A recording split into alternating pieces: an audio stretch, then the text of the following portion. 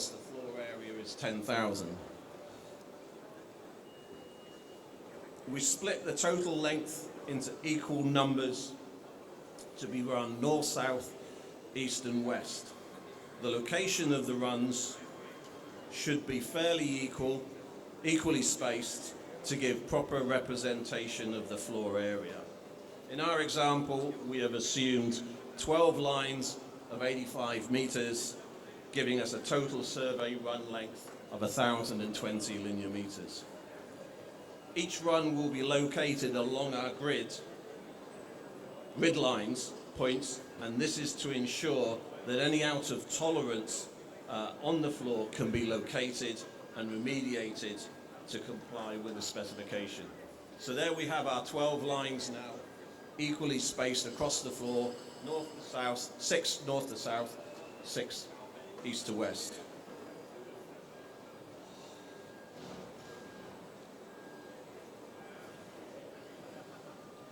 Now this next diagram shows how the prop F values are calculated. In the first floor section, the floor is rising 0.6. So that gives us a positive 0.6 millimeters. In the next 300 millimeters, the floor is dropping 0.2. So we've got a value of minus 0.2.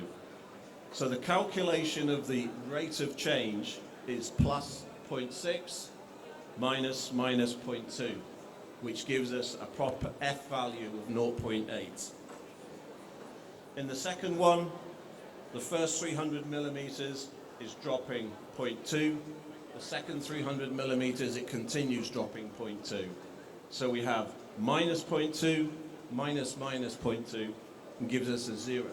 So that's telling us that the rate of change is consistent, that it's not, the rate of change is not different. And then the third one, again, we're dropping minus 0.2, but we're rising 0.5.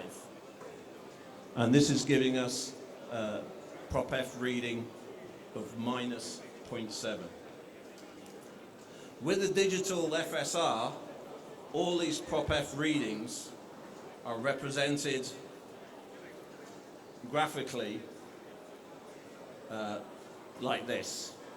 So we have our limits of prop F for FM2, 2 millimeters either side of the datum, and any blue area, shaded blue area, is where the floor runs out of specification.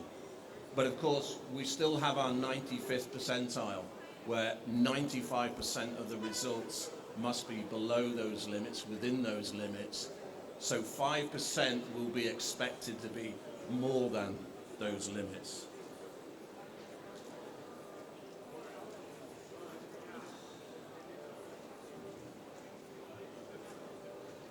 The defined movement specification is very similar to the free movement in that TR34 tells us how we should determine the floor classification based on height of racking. Now, defined movement specification needs to be much tighter than free movement due to the narrow aisles as well as the lift height of our V&A trucks.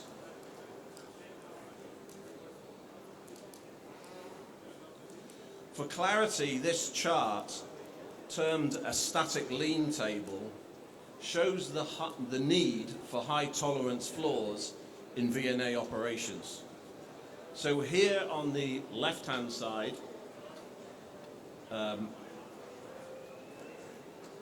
gives the height of racking. Along the top is the difference in elevation between the left and the right wheels of the truck. So if we take an example, we assume that we're lifting to 18 meters high, okay? So that's our H value. And we're on a poor floor that is giving us 12 millimeter difference across the wheels. That's going to give us a static lean of 180 millimeters.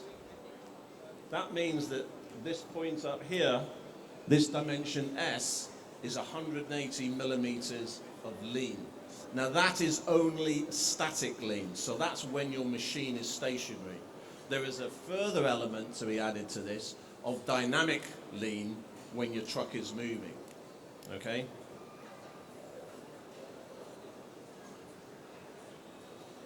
If we now go back to the classification table, we again see for DM1 storage height is over 13 meters. So for your end users, your developers, it's very clear your floor classification if you're storing above 13 meters in a VNA aisle. DM2, 8 to 13 meters, and DM3 up to 8 meters.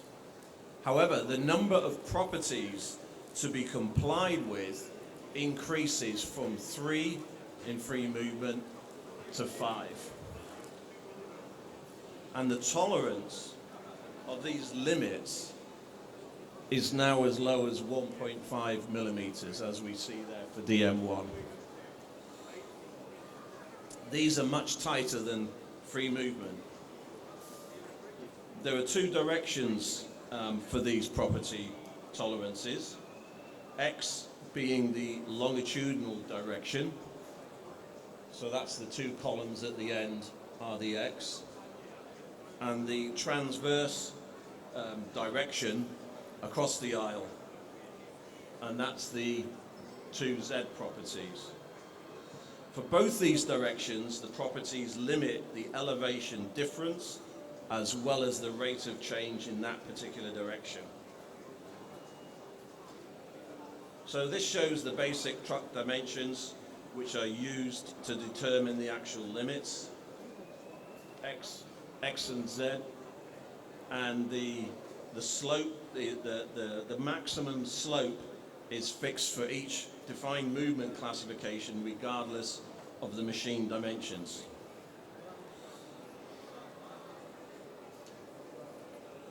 So for the transverse direction across the aisle, the first property limit is termed DZ, which is the difference in millimeters between the left and the right wheels. Fairly straightforward, left and right wheel, what is the difference in elevation? The second property is termed D squared Z, which is the rate of change of elevation as that truck moves forward over 300 millimeters. In the longitudinal direction, down the aisle, our first property, DX, which is the difference in millimeters between the front and rear axles. Similarly, for D squared X, the rate of change in the longitudinal direction over 300 millimeters of movement.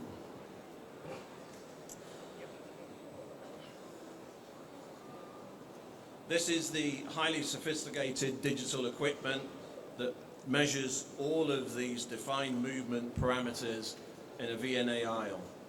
Called a profilograph, it has again been developed in the, been developed and built in-house by the CoGri group. And finally, this is the graphical representation of the information that the profilograph collects. Again, we see our tolerances on the left-hand side. The upper graph is the transverse representation across the aisle, and the lower graph is the longitudinal, with different tolerances, obviously.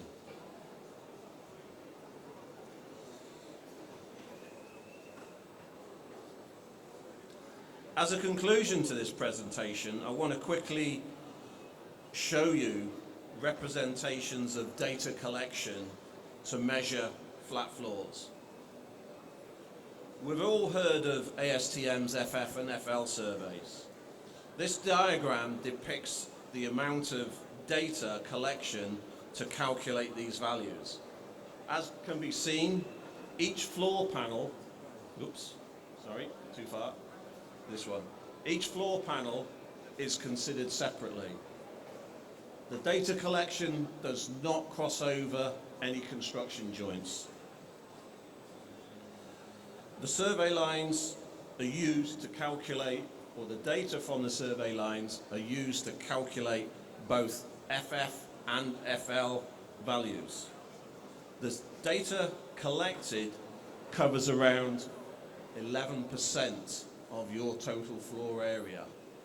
Only 11% of that floor is being measured. Okay? It doesn't cross over the construction joints, and there is no check the data.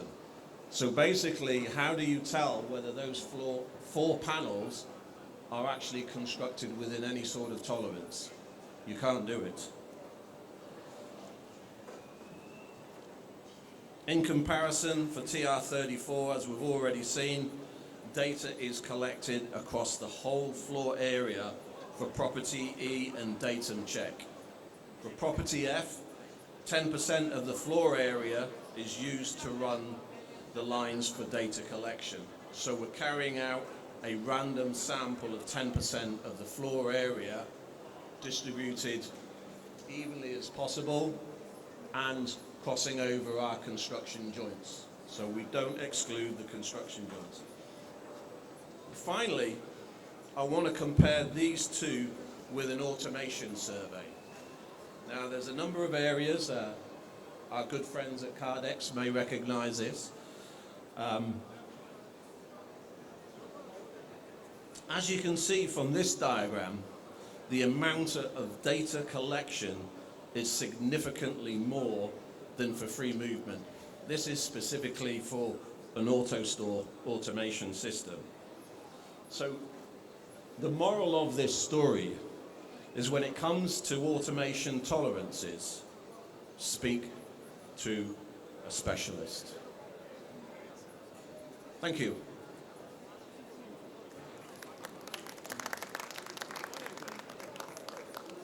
Yes, okay. So thank you so much, Mr. Andrew Tait. I'd like to open the floor if you got any question for Mr. Andrew. Are there any questions that you want to raise to Mr. Andrew? Anyone? Any for the exhibitor? Anyone? If there's no question, let's give him another warm round of applause. Thank you so much for your time. Thank you. All right.